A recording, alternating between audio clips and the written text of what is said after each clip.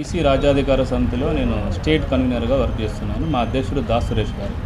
అతను గత 9 సంవత్సరాల కాంచెల్లి బీసీలకు రాజ్యాధికారం రావాలని ఆహర్నిశలు వర్క్ చేసుకుంటూ ఈ 3 నెలల పరిధిలో మేము 9 జిల్లాలలో పర్యటించి 9 జిల్లాలలో రౌండ్ టేబుల్ పెట్టడం జరిగింది. అందులో అందరూ బీసీలు మనకు చాలా అత్యధిక సంఖ్యలో వచ్చి రాజ్యాధికారం కోసం ఆకాంక్షిస్తున్నారు. కాబట్టి 10వ స్థానంగా అన్నగారి ఆధ్వర్యంలో సిరనగర్ ఆధ్వర్యంలో ఆయన ఆఫీస్లోనే ఇవాళ ప్రెస్ మీటింగ్ పెట్టడం జరుగుతుంది. అన్నగారు చాలా ప్రోద్బలం మాకు రాగానే చాలా రిసీవ్ చేసుకున్నారు. బీసీలు అందరూ కట్టు మీదనే ఉన్నారు. తెంబేటోళ్ళు ఉన్నారు కాబట్టి కట్టు తెగుతుంది. అన్నలాంటి వాళ్ళు మేము రాగానే మమ్మల్ని రిసీవ్ చేసుకున్నారంటే 100% రాష్ట్రంలో ఎక్కడైనా బీసీలు మనం అందరం కలిసి కట్టు ఉంటే కంపల్సరీ రాజ్యాధికారం మనకు 100% వస్తుంది.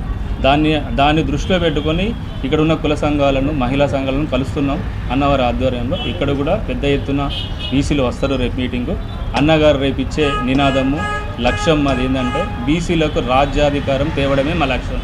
జై బీసీ, జై జై బీసీ. రాష్ట్ర నిర్వాహక కార్యదర్శి బీసీ రాజ్యాధికార సమితి కేంద్ర కార్యాలయం హైదరాబాద్ నుంచి వచ్చాము. ఇవాళ ఇక్కడ మహబూబ్నగర్ పట్టణంలో రేపు జరగబోయే బీసీ రౌండ్ టేబుల్ సమావేశానికి మన వ్యవస్థాపక అధ్యక్షులు దాసు సురేష్ గారు అన్న రేపు సమావేశానికి రాబోతున్నారు. దానికి సంబంధించడానికి మేము ఒకరోజు ముందే ఇక్కడికి రావడం జరిగింది. నేను ఇంకా మా యూత్ వర్కింగ్ ప్రెసిడెంట్ మన మడత కిషోర్ గారు మేమిద్దరం ఇక్కడ రావడం జరిగింది. అన్న ఇక్కడ గోనెల శ్రీనివాస్ గారు అన్న మళ్ళా నీలి వెంకట్ గారు మాకు చాలా సహాయ సహకారాలు అందిస్తున్నారు.